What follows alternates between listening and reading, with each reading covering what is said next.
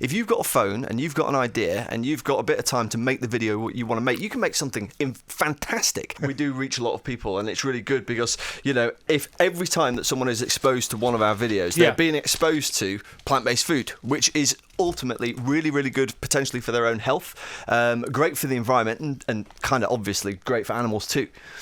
And this is what we do. We just cook every day. Sometimes we're writing books, but every day we're putting out videos, and it's all recipes, it's all tasty, and it's all plant-based for the planet.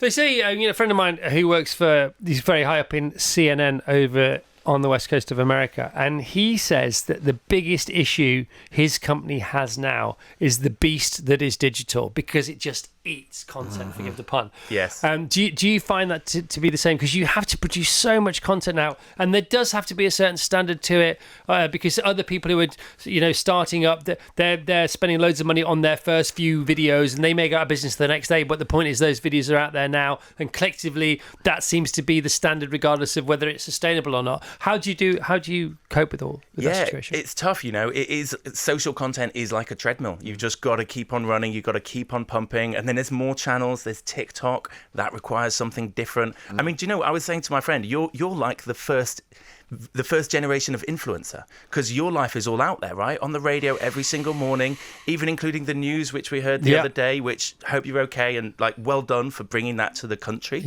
It's influencers have to bear all, and not only is it tough in terms of time, but emotionally it's pretty tough as well. And one thing I've come to realise with social media is that there are an incredible wealth of extremely talented people out there, and previously the platforms, there was maybe 4 channels and a couple of radio shows, and it was really difficult for really talented people to get in front of a lot of people. But now, if you've got a phone and you've got an idea and you've got a bit of time to make the video what you want to make, you can make something fantastic. So for us, it's great because we've been doing it for 8 years, but it keeps us on our toes, seeing all these newbies coming.